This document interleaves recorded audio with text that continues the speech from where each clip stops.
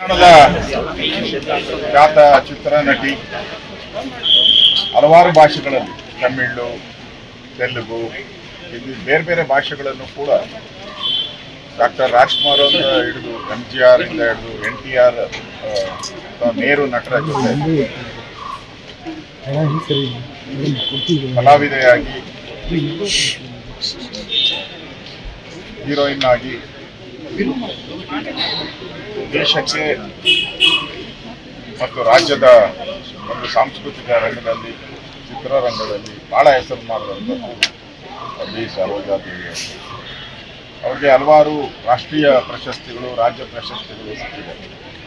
ನನಗೂ ಪುಣ್ಯ ಅಂತ ಹೇಳಿದ್ರೆ ನಾನು ಕೂಡ ಅವ್ರಿಗೆ ಜೀವಮಾನದ ಪ್ರಶಸ್ತಿಯನ್ನು ಕೊಡೋ ಸಂದರ್ಭದಲ್ಲಿ ನಾನೇ ಅವ್ರಿಗೆ ಜೀವಮಾನ ಪ್ರಶಸ್ತಿಯನ್ನು ಕೊಟ್ಟಿದ್ದೆ. ಆ ಸಂದರ್ಭದಲ್ಲಿ ಆ ನೆನಪು ಕೂಡ ನನಗೆ ಗೊತ್ತಿದೆ. ನಾನು ಹಲವಾರು ಒಂದಲ್ಲ 16 ಬಾರಿ ಭೇಟಿ ಮಾಡಿದ್ದೀನಿ.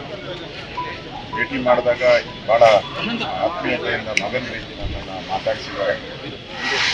ನಮ್ಮ ಕೊಡಗೇಹಳ್ಳಿ, ನಮ್ಮ ಊರಿನ ಪಕ್ಕ ಇರೋ ಕೊಡಗೇಹಳ್ಳಿಯಲ್ಲಿ ಅವರ ಮದುವೆ ಆಗಿರುವಂಥದ್ದು ರಕ್ಷಾ ಅಂತೇಳಿ.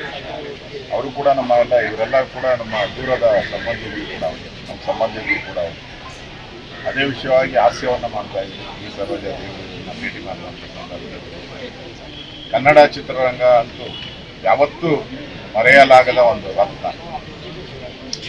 ಆ ರೀತಿಯಾದಂಥ ಪಾತ್ರಗಳನ್ನು ಮಾಡೋ ಮುಖಾಂತರ ಕನ್ನಡ ಚಿತ್ರರಂಗಕ್ಕೆ ಅವತ್ತೆಲ್ಲ ಪರಭಾಷೆ ಕಲಾವಿದರಿಗೆ ಎಷ್ಟು ಅವಕಾಶ ಇದ್ದಿತ್ತು. ಎಲ್ಲ ತಮಿಳ್ನಾಡಿಗೆ ಹೋಗ್ಬೇಕಾಯ್ತು, ಚೆನ್ನೈಗೆ ಹೋಗ್ಬೇಕಾಯ್ತು. ಅಂಥ ಕಾಲದಲ್ಲಿ ಒಬ್ಬ ಕನ್ನಡದ ನಟಿ, ಪ್ಯೂರ್ ಕನ್ನಡದ ನಟಿ, ಬೇರೆ ಚಿತ್ರರಂಗದ ಬೇರೆ ಪರಭಾಷೆಗಳಲ್ಲೂ ಕೂಡ ಹೋಗಿ ಹಿರಿಮೆಯನ್ನು ಅಲ್ಲೂ ನಂಬರ್ 1 ರೀತಿಯಾಗಿ ಹಿರಿಮೆಯನ್ನು ಸಾಧಿಸಿದಂಥ ಚಿತ್ರನಟಿ, ಕನ್ನಡ ಸೇವೆಯನ್ನು ಮಾಡಿದಂಥ ಕನ್ನಡತಿ ಇವತ್ತು ನಮ್ಮ ಮಧ್ಯೆ ಇಲ್ಲ ಅನ್ನೋ ನೋವು ನಮ್ಮನ್ನೆಲ್ಲ ಕಾಡ್ತಾ ಇದೆ.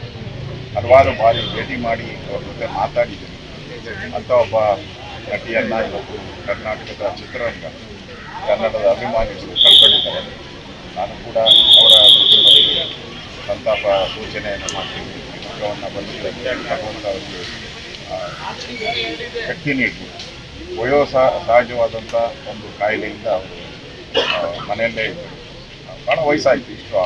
ಈ ವಯಸ್ಸಲ್ಲೂ ಕೂಡ ಭಾಳಷ್ಟು ಕಾರ್ಯಕ್ರಮಕ್ಕೆ ಬರ್ತಾ ಇದ್ರು. ಈಗ ಕಳೆದ ಒಂದು ವರ್ಷದಿಂದ ಅವರು ಎಲ್ಲೂ ಕಾಣ್ತಾ ಇರಲಿಲ್ಲ. ಸಹಜವಾದಂಥ ಒಂದು ಕಾಯಿಲೆಯಿಂದ ತೀರ್ಕೊಂಡಿದ್ದಾರೆ. ಅವರ ಆತ್ಮಕ್ಕೆ ಶಾಂತಿ ಸಿಗಲಿ ಭಗವಂತನಲ್ಲಿ ಪ್ರಾರ್ಥನೆ.